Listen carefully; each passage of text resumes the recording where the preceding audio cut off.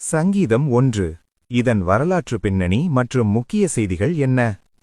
சங்கீதம் 1 என்பது முழு சங்கீத புத்தகத்திற்கும் ஒரு நுழைவு வாயிறு போன்றது. இது மனித வாழ்வின் 2 பாதைகளை, நீதியின் பாதை மற்றும் துன்மார்க்கத்தின் பாதை, தெளிவாக ஒப்பிட்டுக் காட்டி உண்மையான மகிழ்ச்சி எங்கே இருக்கிறது என்பதை விளக்குகிறது. இந்த சங்கீதத்தை எழுதியவர் யார்? இதன் ஆசிரியர் பெயர் குறிப்பிடப்படவில்லை என்றாலும் பல வேதாகம அறிஞர்கள் இதை எஸ்ரா அல்லது தாவீது ராஜா எழுதியிருக்கலாம் என்று கருதுகின்றனர். சங்கீத புத்தகத்தை தொகுத்தவர் இதை முதல் பாடலாக தேர்ந்தெடுத்தார். தலைப்பின் விளக்கம் மற்றும் பயன்பாடு. இந்த சங்கீதத்திற்கு எபிரேய மூலத்தில் தலைப்பு ஏதும் இல்லை. இது ஒரு ஞான சங்கீதம் என்று அழைக்கப்படுகிறது. யூதர்கள் இன்றும் தங்கள் தினசரி வழிபாட்டின் தொடக்கத்தில் இதை பயன்படுத்துகின்றனர். இது அஷ்ரே என்ற வார்த்தையுடன் தொடங்குவதால் ஆசீர்வாதமான வாழ்வுக்கான வழிகாட்டியாக கருதப்படுகிறது.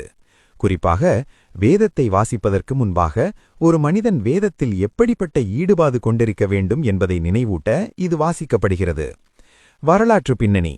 இது ஒரு குறிப்பிட்ட வரலாற்று சம்பவத்தால் விளைந்தது என்பதை விட, இஸ்ரவேல் ஜனங்கள் பாபிலோனிய சிறையிருப்பிலிருந்து திரும்பிய பிறகு அவர்கள் மீண்டும் வேதத்தை நேசிக்கவும் அதன் மூலம் தங்கள் தேசத்தை கட்டியெழுப்பவும் வேண்டிய சூழலில் இது முக்கியத்துவம் பெற்றது.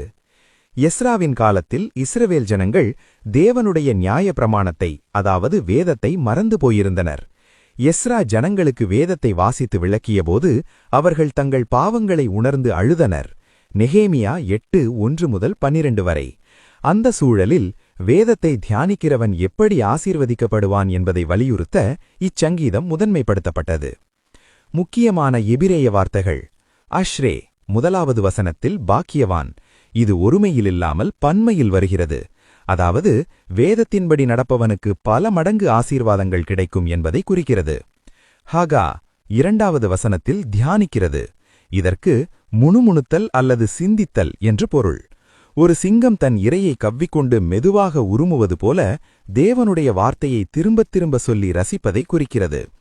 மிக முக்கியமான செய்திகள். தவிர்க்க வேண்டியவை. துன்மார்க்கருடைய ஆலோசனை, பாவிகளுடைய வழி, பரியாசக்காரர் உட்காரும் இடம் ஆகிய 3ஐயும் தவிர்ப்பவனே பாக்கியவான். தியானத்தின் மேன்மை. கர்த்தருடைய வேடத்தில் பிரியமாயிருந்து அதை தியானிக்கிறவன் ஆற்றுக்கால்களின் ஓரமாய் நடப்பட்ட மரத்தைப் போல இருப்பான். துன்மார்க்கரின் முடிவு. துன்மார்க்கர் காற்றினால் பறக்கும் பதரை போல இருப்பார்கள். அவர்கள் நியாய தீர்ப்பில் நிலை நிற்க மாட்டார்கள். தேவனுடைய கவனிப்பு. நீதிமான்களின் வழியை தேவன் அறிந்திருக்கிறார். மேசியாவை பற்றிய செய்திகள் மற்றும் தீர்க்க தரிசனங்கள். பூரண நீதிமான். உலகில் எல்லா மனிதர்களும் ஏதோ ஒரு விதத்தில் வழிவிலகி போனவர்களே.